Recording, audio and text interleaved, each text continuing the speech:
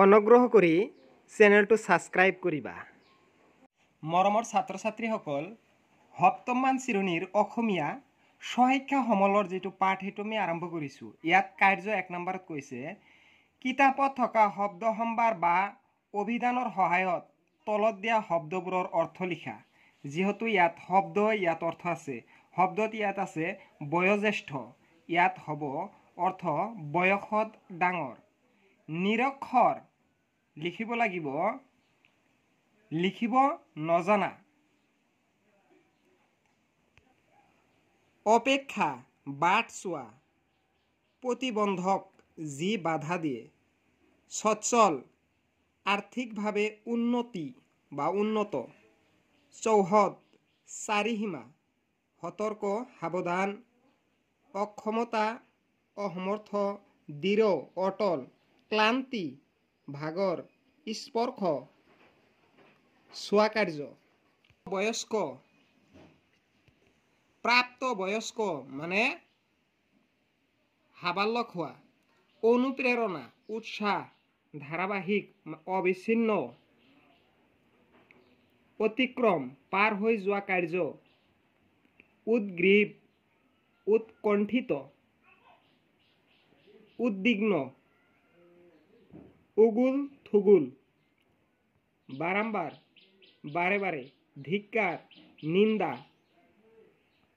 সংকল্প প্ৰতিজ্ঞা। মণ্ডপ ৰভাগৰ। দৰদী। কাৰ্য 2ত দিছে, তোমালোকৰ বিদ্যালয়ত পালন কৰা যিকোনো এটা দিৱস বা উৎসৱৰ বিষয়ে চমুকৈ লিখা। আমি ইয়াত যিহেতু এইটো মই লিখিছোঁ, সেইকাৰণে শিক্ষক দিৱস হিচাপে মই এইটো লিখিম। তোমালোকে ভালদৰে চাবা, শিক্ষক দিৱসৰ বিষয়ে ইয়াত লিখিব লাগিব। 5 ছেপ্টেম্বৰত ডক্টৰ সৰ্বপল্লী ৰাধাকৃষ্ণৰ জন্মদিনটোত আমাৰ দেশত শিক্ষক দিৱস হিচাপে পালন কৰা হয়। ৰাধাকৃষ্ণৰ শিক্ষা আৰু দৰ্শনে মূলতঃ শিক্ষক আৰু শিক্ষকৰ কৰ্তব্য প্ৰতিফলিত কৰে। তেখেতৰ মতে এখন সমৃদ্ধিশীল সমাজ গঠন শিক্ষকসকল হৈ অগ্ৰণী ভূমিকা ল'ব পাৰে। কাৰ্য 3ত দিয়া আছে, তলত দিয়া ভাঙনিবোৰ যুক্তাক্ষৰ গঠন কৰা। প্ৰতিটো যুক্তাক্ষৰৰে দুটাকৈ শব্দ গঠন কৰা।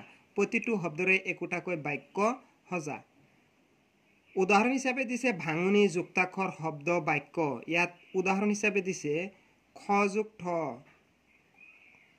ক্ষস্থ, ষষ্ঠ, মই ষষ্ঠ শ্ৰেণীত পঢ়োঁ। আৰু এটা দিছে জ্যেষ্ঠ, জ্যেষ্ঠ ব্যক্তিসকলক সন্মান কৰিব লাগে। প যোগ ত সমান সমান পঁইতপ্ত, সপ্তম, মই সপ্তম শ্ৰেণীত পঢ়োঁ। সপ্তম, লিখা সমাপ্ত কৰা হ'ল।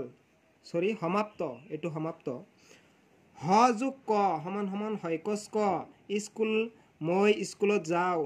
স্কেল, স্কেলেৰে দৈৰ্ঘ্য জোকা হয়।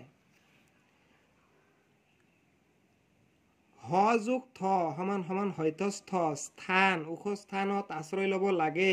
স্থাপন, আমাৰ বিদ্যালয়ত 1985 চনত স্থাপন কৰা হয়। ন যোগ দ যোগ ৰ, নৈদন্দ্ৰ, চন্দ্ৰ, চন্দ্ৰৰ নিজা পোহৰ নাই। কেন্দ্ৰ, প্ৰতিটো বৃত্তৰ কেন্দ্ৰ থাকে। দৈবদ্ধ, শুদ্ধ, বানাম শুদ্ধকৈ লিখিব লাগে। যুদ্ধ, যুদ্ধ কৰিব নালাগে। ক যোগ ৰ সমান সমান কয়ৰ হলা ক্ৰ, ক্ৰ, চক্ৰ, জাতীয় পতাকাক সন্মান, জাতীয় পতাকাৰ মাজত চক্ৰ থাকে বা চক্ৰ। আকৌ এটা দিছে বক্ৰ, বক্ৰ মানে বেকা।